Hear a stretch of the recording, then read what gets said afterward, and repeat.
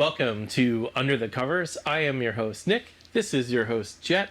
And every episode, one of us chooses a song to discuss. And after our interview of each other, we perform it with just guitar and vocals, unless we were last week, which had a different instrument. Go back and check episode 36 if you don't believe us. Hello. Hi. Hi. So today we're going to play a song that you chose. And right out of the gate, I'm going to tell you something about yourself that I think you already know. Oh, no. It's good. It's a positive thing. It's On camera? You know what your problem is? Oh, I hate sentences like discussions that start that way. Ugh. Ew. That's a hot take right there.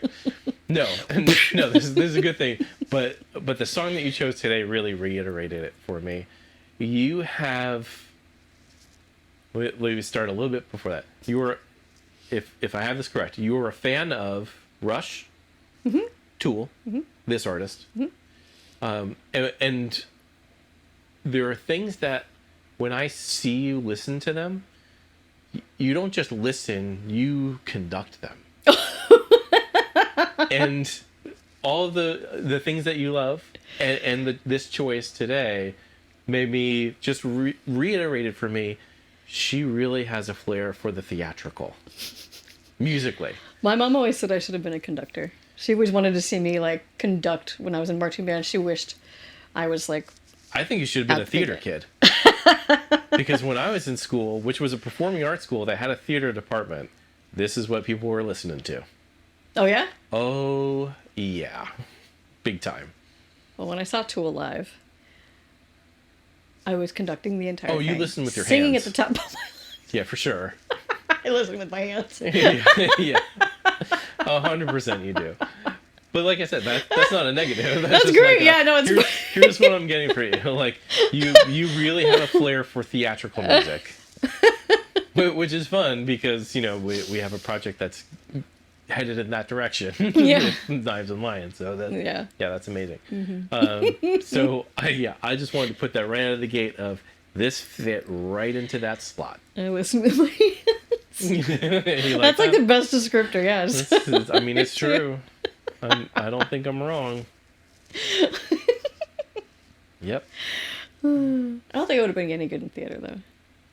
If I could conduct I think you would. If I could have conducted the musical part of it, yes. But acting's not my thing. Yeah, but if I could acting, probably. Sing, okay, yeah. Like, you can't tell me you wouldn't shine in a musical of, you know... I'm not saying like you'd be out there like guys and dolls, like it's not like that. Yeah.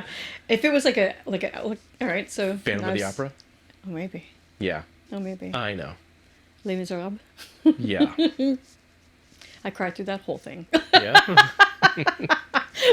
My mom was like, "Let's go see the movie," and I was like, "Oh yeah, definitely." I said, "We're gonna go at the earliest showing when there's no one there." Because and I'm not wearing any makeup. We both went out there like, ugh. Yeah. I don't see you as much of like a Stephen Sondheim side, but definitely like an Andrew Lloyd Webber. Oh yeah, yeah, for sure. Anyways, it's just kind of going a little bit into the weeds of musical theater, but anyway. Yeah. Anywho. So, aside from your love of very melodramatic theatrical music, what brought you to this song and be like, hey, we should do this? So it played. Sorry. Yeah. It played. I'm sorry. At the end of a version of it played at the end of one of the series that we're watching. Which one?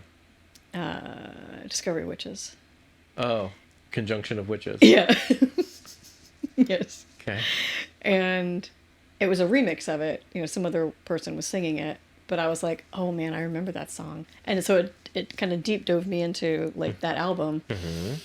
And I was like, oh man, I would love to do this song. I've always wanted to do this song. And it was at the height of like we just wikied it. So it's like the height of the female singer-songwriter movement, they called it, which is true. Yeah, I think, I mean, obviously, the female singer-songwriter has been around much longer than this artist, but certainly in, this album came out in 92, I think you said, and it really did spark a resurgence of that, where that had kind of retreated behind hair metal in the 80s. Just a lot of dudes dressed as women, and then moved on. The drag show of the 80s. Yeah. Then this sort of reignited that female singer-songwriter talent, and I think it's probably safe to say that I wouldn't say that we wouldn't have gotten them. We were talking about this a little bit before we started, but certainly she held the door open for Jewel and Sarah McLachlan and Sheryl Crow and whoever else. Because I think it was her and Sarah McLachlan. Maybe and kind of. Shania. I don't know. Well, I want to say that, but Shania. Oh, yeah. So Well, she and Sarah definitely were like huge, kind of around the same time. Yeah, for sure. And Bjork too. Yeah. I mean. Yep. Also Bjork. And they were all my musical teachers, my Yep, vocal all teachers. the There we words. go. Jesus. Yeah. Teacher as influences. Has nothing to do with what I'm drinking. This I do this daily. That's true. But yeah, so it was really fun to kind of revisit this album in general because it was so fun. And from that album, this was also when the electronic group Rabbit in the Moon was, kind of not debuting, but really kind of getting A lot of attention. their peak. Yeah. And they looped this. they remixed, and it ended up on a compilation album from the Hard Kiss Brothers. Okay. And We had our notes to ask you about Hard Kiss Brothers, and I was like, I don't know what that is. So I'm glad you got us there pretty quickly. so they did a bunch of remixes, and were really prolific in what they did. I came across this 2-disc set in Tampa when I was going to USF, and it was, oh God, it was like some sound something, but it was like, they did car audios and stuff like that. And I was just in there. I forget why. You I forget why definitely- you were in a car audio place? I can guess. No, but that was my 79 Honda. What are you going to do with that? Bump And I was it. broke. I did not have any cash. I mean, it's a hatchback. There's room for subs. True, but I didn't know anything about that. Okay. So how I ended up here, I don't know. But I was looking through the discs, and this one just caught my eye. And the cover of the 2-disc set is like, I keep wanting to say album. It's not the thing. Is like an atomic bomb exploding. So it's very like, duh. And I was like, oh, I wonder what this is like. And I didn't even listen to it. I don't think you could there. I just bought it and took it home, and maybe I got a couple other things, but I'll bet you $50 that our friend Lenny knows the name of that comp and can list 10 people on it. Delusions of Grandeur. Okay. That was the name of the compilation. Yep. And I fucking loved it from song 1. And then I heard this piano line remixed into this song, and I was like, oh, I know exactly who that is because I was listening to her at the time, and I was like, oh my God. And then on that, they also did a Sarah McLachlan remix that got super, super famous too. And I heard that remix, and I was like, oh, I know that song too. And I was like, oh my God, this is the best thing ever. In the middle of like singer-songwriter love and like electronic, rave kid clubbing every night, except for Tuesday. There was nothing going on Tuesday in Tampa. Why? I don't know. But every night we were out clubbing. I mean, they needed one night off at least, so people got to work. Well, okay, so That's what college is for. You kind of touched on something right there where I was like, oh yeah, we need to talk about this. So you sent this song over and said, I'd like for this to be the next song. And I listened to it and I was like,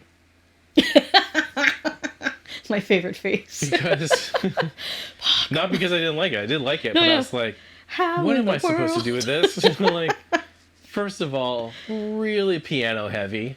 But there's some awesome like guitar riffs There's in there a little too. bit of guitar, which I didn't end up doing at all, actually. I know. I didn't do any of that. But I listened to it, and not only was it, okay, the instrumentation is going to be different, and we got to think about that. But, this person is a very, very talented musician and does some bananas stuff. And this song has the weirdest timing that, I mean, I've been working on this for a week, and an hour before we started recording, I was finally like, okay, I think I get it. Like, it is so just unusual, stilted sort of rhythm under like the pace of a song that's already pretty upbeat. So it's just weird. Like, it, I want to try to explain that in ways that isn't, that someone who doesn't play music would understand, but it's almost like it's like this weird horse gallop to a drum at a totally different time. You're like, it's very syncopated. What am I listening to? Yeah, it's a 4/4, but the phrasing is wild. No, yeah, it's not phrased that way at all. It's bananas. So that was like a really big obstacle for me. But once you and I kind of worked out, hey, let's do this song in almost like a post-punk guitar style, and we were able to kind of work on it together, where instead of listening to the recording, I get to work with you and sing some things out and slow it down and really place it. That's when it finally started to come together for me, and it felt like, okay, like now finally the song makes a little bit more sense and we can have fun with it. And we did. It's not a total chore. Vocally, because even vocally, there's a lot of back and forth. Like, there's a lot of singing, there's a lot of high stuff, there's some like, so the guitar for me was a difficult hill to climb. I don't think it was that way for you, because you can handle all that stuff vocally, unless I'm wrong. Yeah, no, I love syncopation. I love odd times. I mean, even in 4/4, like, I naturally sing on an upbeat. Mm-hmm. So this was a lot of upbeats, which now I'm seeing like, oh yeah, that's like your worst nightmare. You hate upbeats. I don't hate upbeats, but it's just that sort of like, I don't hate any of it, honestly, but the phrasing was just so alien to me that it was difficult for me to just wrap my head around. Yeah. Okay. So there was that part, but then we started to get together. We did a run of it, and we're like, okay, like, nah, we'll get another one. That's kind of normal. And then we did a second run. And I didn't hit record. We got done, we were like, oh, that was a good one. I was like, but I fucked up the lyric in the end. And he's like, were you even recording that? And I looked over, I was like, oh, fuck. Nope, you fool. Which I would wanted to do it over again anyway. Yeah. So we were gonna do it over, and it's just like, well, now we have to do it again. So let's just get to it, and then that's the one that everybody's gonna see. Yeah, good stuff. But yeah, super fun. But I think after we did this, I made a comment, and I still kind of feel this way. It's almost like if this artist was covered by Linkin Park, that's kind of where we landed with it. Oh, yeah. And I was like, yeah, that's fair. It was Linkin Park and who? Huh? Linkin Park and who? You said two people. Did I? I don't know. Anyway, but yeah. And lyrically, I love the song because, like, she kind of goes through the pangs of, like, being a nerd in middle school. Well, yeah, tell me about the interpretation that you took away from this song, because it's probably different from what I took away. I don't even know if I'm going to be able to talk about what I took away. Oh. Oh, no. Go ahead. That's just, well, and it sounds like, and I don't know this for sure, but it sounds like she kind of grew up in like a Christian school environment or whatever. And so certainly in the context of this song. And, she was kind of bullied, by someone that she was kind of had a crush on, but he was, some elitist kid or whatever. And just how strikingly shitty kids are in school to each other. Yep. And there is no one on this earth more cruel than a third grader. Like, for sure. Oh yeah. Well, take that into middle school too. Same thing. I mean, it's not any more gentle. I think those were like the worst 3 school years of my life. And that's where you find out, like, Actually, in like elementary school, I was fine. You know, I had friends and whatever. You go to middle school, and all of a sudden it starts splitting. And now you got the kids with money who are popular, and the kids who don't are not. I wonder, like, I don't want to go too far into this, but Yeah. it does kind of feel like early elementary school, the teachers and staff and stuff, they're still there sort of fostering this idea of like, hey, like, we're all here together and all you kids, like, you should all be friends. And then probably around that, like, third, fourth, fifth grade, it's kind of where they let you off the lead a little bit and put the guardrails down.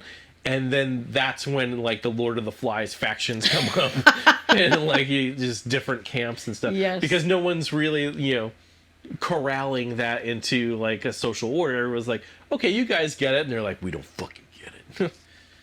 Oh. Yeah, anyway. No. Sorry. Yeah. Yeah. But Like, that's kind social of sciences aside. Continue. and then just being a who she was, and like I don't even know like what kind of like rich poor camp she came up in, but still it was still a thing where like she was not accepted. It's cool. And I'm sure she had friends, but like not the friends that she thought she wanted. But then you realize, you grow up and you realize that fuck them. You didn't want to be with them anyway. Just a bunch of bullies. So, but yeah, just like the picking on, that kind of thing. So I kind of resonated with that because the same thing happened to me. But like, like nerds. Yeah, but Nerds. I feel like you did band in high school, and that, Thank God. Yeah, that in itself to me feels like its own community. I wouldn't say clique because it's its own community. Yeah. Oh yeah, totally. And I'm glad I had it because Yeah, I would have floundered otherwise. I'm glad you had it too, I was just, like- just for the experience of playing music that way. Oh yeah. Yeah, 100%. Yeah, it was definitely my saving grace in high school. I had friends. I sure did. But yeah. I don't think any of whom I speak to still these days, but whatever. Whatever. They got me through. Yeah, it was a while ago. Yeah. Yeah. I mean, you only graduated, what, like 10 years ago? You're welcome. Yeah, thanks. All who are watching know better. But yeah. What was your takeaway? Oh, nope. The show would be over. Like, there's no way I'm going to be able to get. I'll tell you off camera, but like, no, we'd have to stop taping. I have to go back to makeup, have them like clean me up and stuff. Come back out, like set up again. Like, no, this is way too much. Oh my goodness. Yeah. No, we'll talk about that one later. Okay. Yeah. Anyway, yeah, I think that's. It's a super fun song. It's so dramatic. One of the ideas that I talked to you about when we were done recording it was like, it'd be fun to get some software and put like a full sort of like drum and bass, like, band behind this and make it like a big thing. If we end up doing that, maybe that can be something that we add to Patreon. Patreon.com/UTC Music Podcast for bonuses like extra episodes, blooper reels, reaction videos, which we kind of have not really done in a while. Maybe we're moving away from it. But all sorts of extra goodies that make us worth it. And then we get that sweet, sweet cash. It's a really fun donation platform. And it's not really that much, so... Yeah. And it helps us buy stuff. Yeah. But buy stuff for the show. For the show, yeah. Not just like, hey, you like my new handbag? Oh, yeah, that's totally me. No, I was talking about me. My new handbag. That's why I didn't do the high voice. I did the low voice. Oh, like my new handbag? That's me. With self-mocking voice. Yeah. Daddy needs a Dooney and Burke. Oh, my Lord. Well, would you like to introduce this song? Okay. Wait, what did we do? Just kidding. This is... Rabbit in the Moon. No. This is Precious Things by Tori Amos.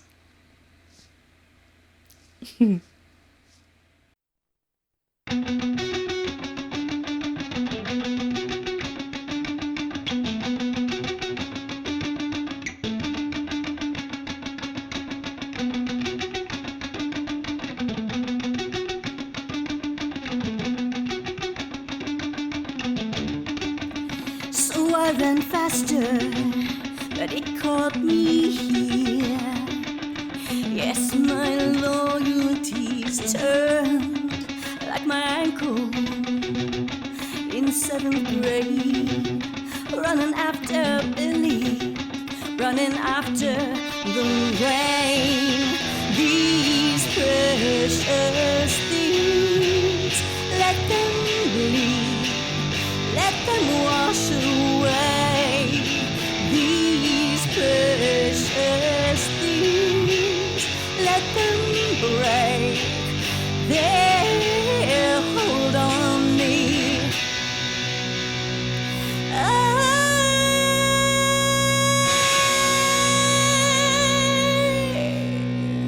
He said, you're really an ugly girl, but I like the way you play. And I died, but I thanked him. Can you believe that? Sick, holding on to his picture, dressing up every day. I wanna smash the faces of those beautiful boys, those Christian boys. So you can make me come, that doesn't make you Jesus. These precious things, let them bleed, let them wash away. These precious things, let them break their hold on me. I remember, yes, in my beach party dress, no one dared, no one cared to tell me where the pretty girls are. Those demigods with their 9-inch nails and little vast panties tucked inside the heart of every nice girl.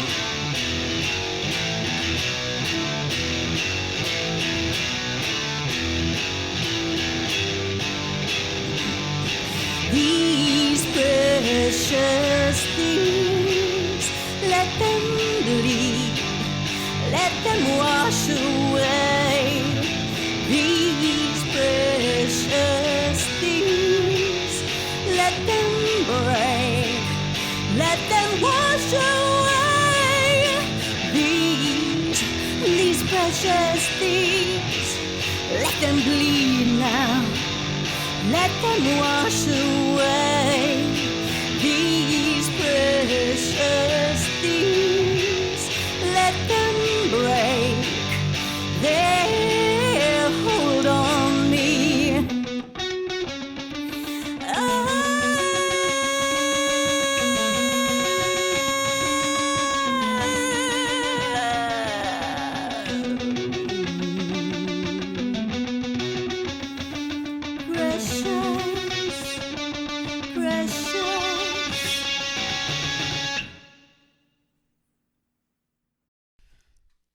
Thank you so much for watching this episode of Under the Covers.